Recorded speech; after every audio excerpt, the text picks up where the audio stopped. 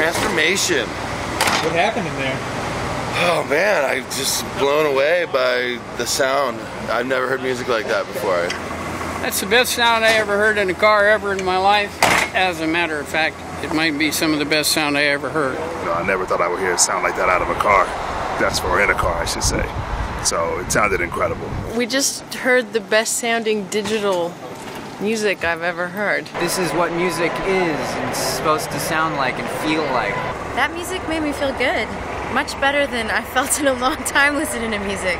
Yeah, well, I got my drug of choice. Is now potent again. It's great. Amazing. So beautiful. Man, that was a joy and a treat to just be exposed to that. It's unbelievable to hear the difference side by side. It's you really forget listening to your iPod how amazing the music can be. Really fantastic. This gives it to you as good as you can get it, you know. Listening to all of this music in the different formats, you know, iTunes and high resolution and CD, and then Pono, to say that right, Pono. It was a very striking comparison and very obvious to even my ears. You know. There's no doubt between MP3 and 192 that there's a huge leap in information on paper and a huge leap in quality that you're going to hear.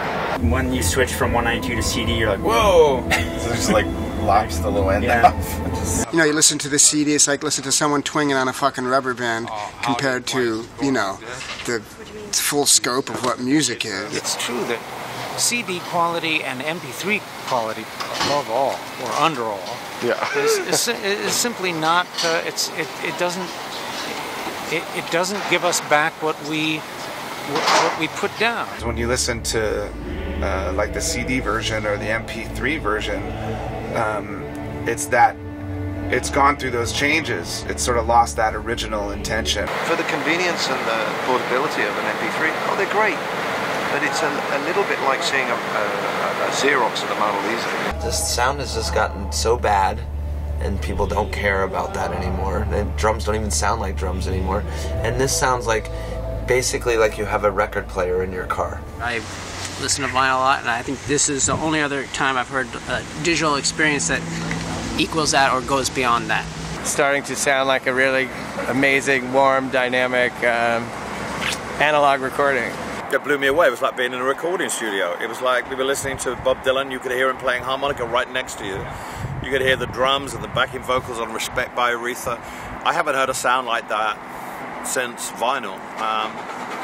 And it's so impressive and it's so brilliant to hear that. What he's done is he's developed something that creates a very warm analog sound that takes even your digital records. It gives them a certain sort of bottom, a certain sort of glue, but more than anything else, a closeness, an intimacy that digital recording can lose very easily. The difference is so easy to hear, you know. Everybody should check this out. Clarity and the warmth and the vitality of it, you can really tell the difference. It really is a difference. It's like I don't know, curved and round and there's a dynamic. It doesn't seem like it hits a wall. Like the sound and the feeling and the energy of it was so richer and fuller and warmer and fatter and yummier. The highs were like butter, and you can feel everything in its place. You feel like you could just walk around all the sounds.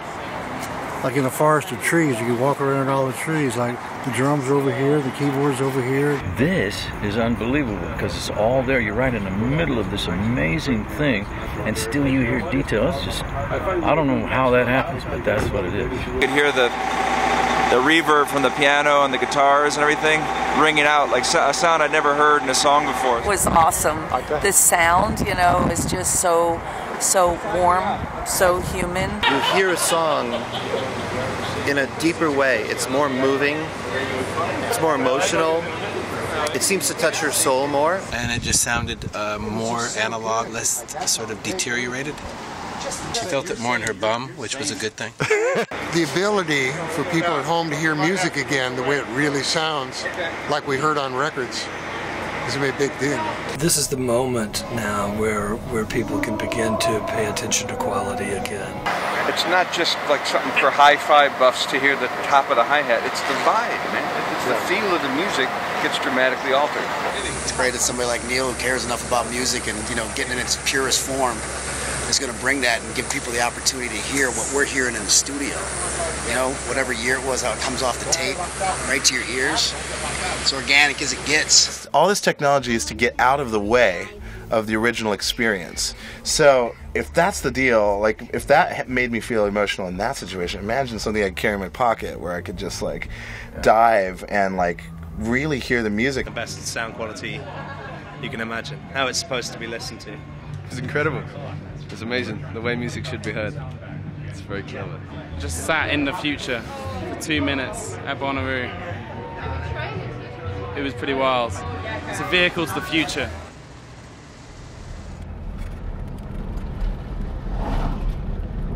Pono is about the music, it's about the people who make the music, and the way it sounds to us when we're in the studio making it. It's about you hearing what we hear. And that hasn't happened in a long time. We wanted you to be part of this and to help us to launch this music system into the world. It's a music ecosystem. We think that as music lovers, having you along with us from the very beginning with the special players that we're offering will be a cool thing for you to be part of and for us to be part of with you.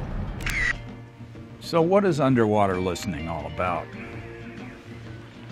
When you're on the bottom of the ocean and you have a huge tank over on your back and in a big glass ball over your head, that's kind of, you're walking around in the murk and there's big fish down there. That's kind of like listening to an MP3. And when you're listening to a CD, you've risen to, maybe a couple of 100 feet below the surface, something like that.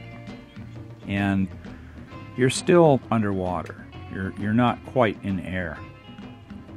But when you make it to 192, you actually break through the surface and you're breathing air. And the feeling is different. Actually is a visceral relief. You feel good. Your body feels better. Investigation into sound.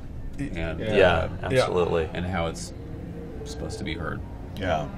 Very telling. Almost angering, in fact. You can hear what the MP3 does physically, Yeah, the visceral...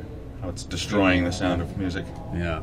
I mean, there's a way that it hits you aesthetically, but then there's also a way it hits you physically, and then you can feel the difference, Yeah, there's a narrowness when and it's not flatness. And on CDs as well, compared to what we just heard.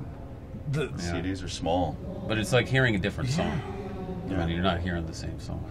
The thing that amazes me is touching on what Joey was saying, is the width of the stereo field. Mm-hmm. That was a real surprising difference. How wide the stereo image was, and then the extension on the bottom, and the smoothness of a vocal, and things like reverb, tails, and all that kind of business. Yeah, and there's a space in songs that you don't hear with digitally compressed files. And 96 is so superior to the way most music is recorded these days, and even that was paled compared to the top. The jump is exponential. You really can tell and feel it. Yeah. So the apathy, like I'm in the studio all the time and work with people, and they're like, "Well, it doesn't really matter because nobody's going to hear. They're just going to listen to it on MP3. Yeah. Right. That's out the window. Now we can like make it how we want it to sound. This is like rescuing it. Yeah, it's crucial. And it's an artist-driven movement to take it back. You're going to drive? I'll drive. I couldn't drive this much. That's okay, but you can ride. Here we are.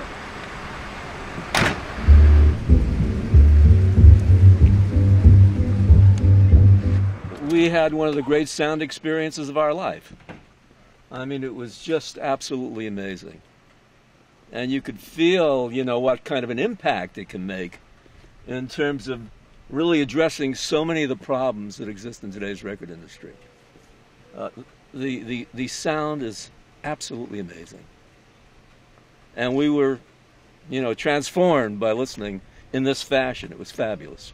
Neil is so dedicated to doing this. I know what his mind is like when he decides to go after something. There's no stopping him. This is going to be a huge, huge breakthrough in terms of sound technology, and it's really exciting to be around. When a kid hears a song for the first time, you got to remember these are young people. They're fresh. They're peaking. All their senses are there. Their vision is great. Their hearing is amazing. Their physical abilities are at their peak. Everything is tuned in, just like nature meant it to be. There's been very little damage. So just so I can sleep at night, I want to bring back Pono. I want to bring back real music. Pono means righteous. Pono is the one, the whole. It's a Hawaiian word. So I want everybody to hear music that way. That's why, we're on Kickstarter, so that we can share this with everyone, and everyone who loves music can share in the release of Pono and the launch of the real music experience in the 21st century. That's what we're here to do.